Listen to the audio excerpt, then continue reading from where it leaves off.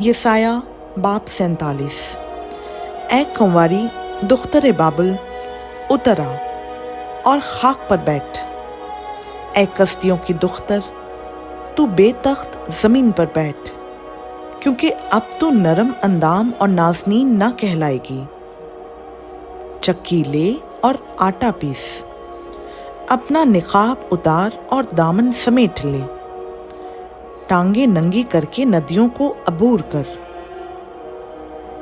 تیرا بدن بے پردہ کیا جائے گا، بلکہ تیرا ستر بھی دیکھا جائے گا۔ میں بدلہ لوں گا اور کسی پر شفقت نہ کروں گا۔ ہمارا فدیہ دینے والے کا نام رب الفاج یعنی اسرائیل کا قدوس ہے۔ اے کسدیوں کی بیٹی چپ ہو کر بیٹھ اور اندھیرے میں داخل ہو، کیونکہ اب تو مملکتوں کی خاتون نہ کہلائے گی۔ میں اپنے لوگوں پر غضبناک ہوا، میں نے اپنی میراث کو ناپاک کیا اور ان کو تیرے ہاتھ میں سونپ دیا۔ تو نے ان پر رحم نہ کیا، تو نے بوڑھوں پر بھی اپنا بھاری جوا رکھا، اور تو نے کہا بھی کہ میں ابد تک خاتون بنی رہوں گی۔ سو تو نے اپنے دل میں ان باتوں کا خیال نہ کیا اور ان کے انجام کو نہ سوچا۔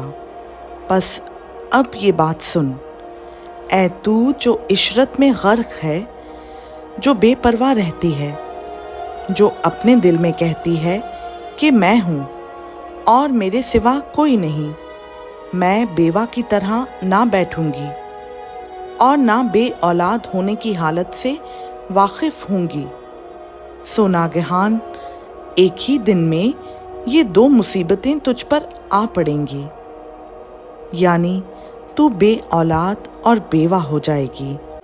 تیرے جادو کی افراد اور تیرے سحر کی کثرت کے باوجود یہ مصیبتیں پورے طور سے تجھ پر آ پڑیں گی، کیونکہ تو نے اپنی شرارت پر بھروسہ کیا۔ تو نے کہا مجھے کوئی نہیں دیکھتا، تیری حکمت اور تیری دانش نے تجھے بہکایا، اور تو نے اپنے دل میں کہا میں ہی ہوں اور میرے سوا اور کوئی نہیں۔ اس لیے تجھ پر مصیبت آ پڑے گی جس کا منتر تو نہیں جانتی، اور ایسی بلا تجھ پر نازل ہوگی جس کو تو دور نہ کر سکے گی۔ یکا یک تباہی تجھ پر آئے گی جس کی تجھ کو کچھ خبر نہیں۔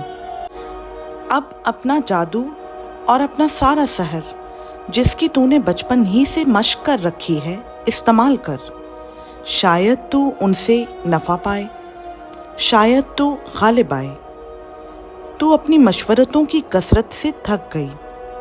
اب افلاک پیما اور منجم اور وہ جو ماں بماں آئندہ حالات دریافت کرتے ہیں اٹھیں، اور جو کچھ تجھ پر آنے والا ہے اس سے تجھ کو بچائیں۔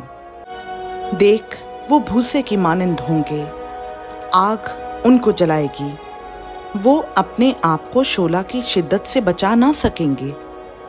یہ آگ نہ تاپنے کے انگارے ہوگی، نہ اس کے پاس بیٹھ سکیں گے۔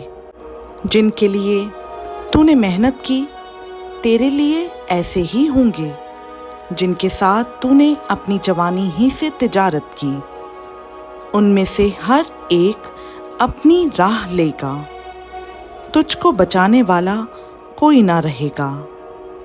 خدا ان کا پاک کلام کا پڑھا، سنا، سمجھا اور قبول کیا جانا ہم سبوں کے لیے باعث برکت ہو۔